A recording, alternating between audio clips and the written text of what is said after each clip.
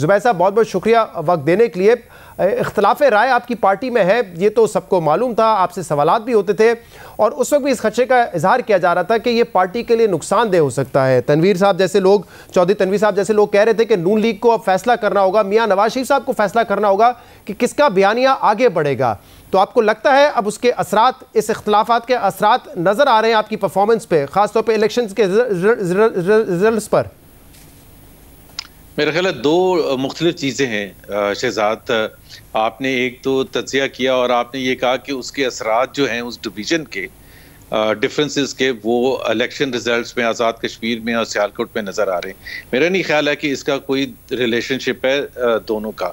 पहली चीज़ तो ये है कि हम सियालकोट में इलेक्शन हारे हैं, धांधली से हारे हैं और वो तमाम जो एक फैक्ट्स हैं कैसे बाय इलेक्शन में जनरल इलेक्शन से ज़्यादा वोट कास्ट होते हैं।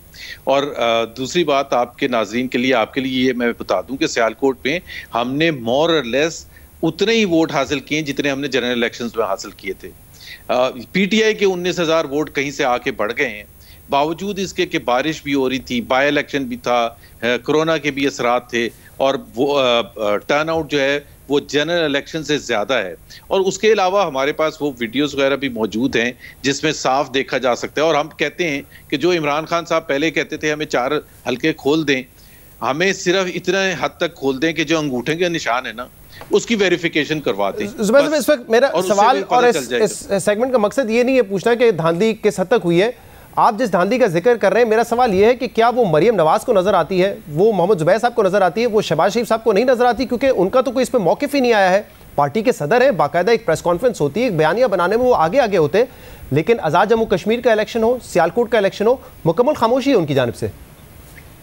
एक तो शहजाद अगेन मैं वो बात कर रहा हूँ कि आप लोग यूज्ड टू हैं स्टैंडर्ड पॉलिटिकल पार्टीज के, जिस तरह इमरान खान अगर बोलेंगे तो पीटीआई बोलेगा, वरना सब खामोशी होगी। बिलावल भुट्टो अगर नहीं बोल रहे तो पीपल्स पार्टी में खामोशी होगी। हमारी बहुत बड़ी जमात है, बहुत बड़े बड़े लीडर्स मौजूद हैं। सो ये कहना कि जी अगर शाहिद खाकान ने धुआंधार प्रेस कॉन्फ्रेंस की, एहसन इकबाल साहब ने की, मरियम औरंगजेब बोली हैं और दूसरे लोग बोल रहे हैं, राना सनाउल्लाह बोल रहे हैं, तो इसका मतलब ये है कि उनका बयानिया शहबाज शरीफ के बयानिया से मुख्तलिफ है। हमारा अपना तरीक़ेकार है, शहबाज शरीफ की अपनी। नहीं तो ये बात दुरुस्त नहीं है क्या जुबैर साहब के पार्टी में 2 बयानिए हैं और शहबाज शरीफ का बयानिया पार्टी के बहुत सारे रहनुमाओं से, नवाज शरीफ साहब से, मरियम नवाज से, अब्बासी साहब से मुख्तलिफ है, क्या फैक्ट नहीं है? अगेन ये पॉइंट ये है कि एक हमारी अनलाइक जो प्रोपेगेंडा किया जाता है कि जी हम एक बड़ी डिक्टेटोरियल पार्टी है, जो भी ऊपर से कह दिया सब नीचे वही कहा जाएगा। अभी आप सब लोग तज्जियाकार जितने भी हैं वो चीज़ वो प्रूव कर रहे हैं जो हम हमेशा से कहते थे कि इख्तलाफ राय हो सकता है पार्टी में और खुल के होता है।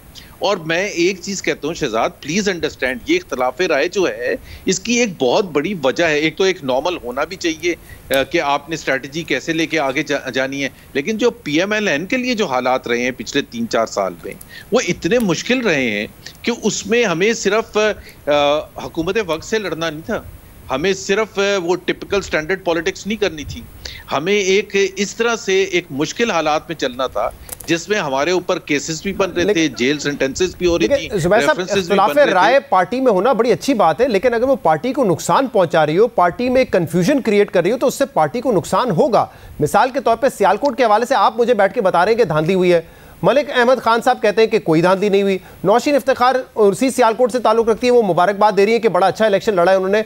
तो आपकी पार्टी में कंफ्यूजन है, 2 लोग आके मुख्तलिफ बातें कर रहे हैं। अगेन ये तो नहीं है कि इमरान ने ऊपर से बोल दिया कि जी इतनी धांधली हुई है 2013 के इलेक्शन में कि हम धरना देने बैठ जाएंगे और सारे के सारे बड़े बड़े पढ़े लिखे लोग पीछे चलना शुरू हो जाए। भाई एक बात क्या है, बात यह है कि मलिक साहब की राय में उन्होंने जो पहले दिन कहा कि मैंने कोई ऐसी चीज़ नहीं सुनी या देखी जिसके वजह से मैं ये कह सकता हूँ धांधली हुई है। बाय द वे मैंने भी पहले दिन यही कहा था, लेकिन उसके बाद शहजाद अगर बहुत सी आपके पास रिपोर्ट्स आए, आपके पास वीडियोस आए और भर भर के डब्बे भरे जा रहे हों तो आप क्या कहेंगे? ये फेयर एंड फ्री इलेक्शन। और ये भी इत्तेफाक की बात है कि मलिक साहब के पास ही कोई एविडेंस, कोई सबूत नहीं था, उन्हीं को कुछ नहीं पता चला, और वो शहबाज शरीफ साहब के कितने करीबी हैं ये आप भी बखूबी जानते हैं। ये भी सिर्फ एक इत्तेफाक की बात है। मतलब ये आपको किसने कहा कि मैं शहबाज शरीफ से करीब नहीं हूँ? ये आपने अपनी तरफ से अखज़ कर लिया कि मैं उनसे दूर हूं और मलिक साहब करीब है। मलिक साहब तो उनके साथ पंजाब हुकूमत में थे ना, इसलिए वो ज्यादा करीब थे और आपसे शायद ज्यादा ही करीब होंगे। हाँ, बहुत करीब है, बहुत करीब है मलिक अहमद, बिल्कुल मुझे पता है। लेकिन उसका मतलब ये नहीं है कि वो करीब होने की वजह से वो ये बयानियां दे रहे, वो एक सच बात कर रहे थे। वो अच्छे आदमी हैं, उन्होंने कहा कि उन्होंने अभी तक ऐसी कोई चीज नहीं देखी। ज़ुबैर साहब, आज ये भी खबरें गर्दिश करती रही हैं कि शहबाज शरीफ साहब इतने नाराज हैं कैंपेन से और बयानिए से कि वो अपना इस्तीफा देने का भी सोच रहे थे और उनको रोका गया हमजा की तरफ से, हमजा शहबाज की तरफ से। क्या ये खबरें जो गर्दिश कर रही हैं इनमें कोई सदाकत है? बिल्कुल 0% इसमें सदाकत है। कोई भी शहबाज शरीफ ने ना ऐसी चीज कोई सोची है, ना वो करने का इरादा है। He solidly is with the party, president है पार्टी के।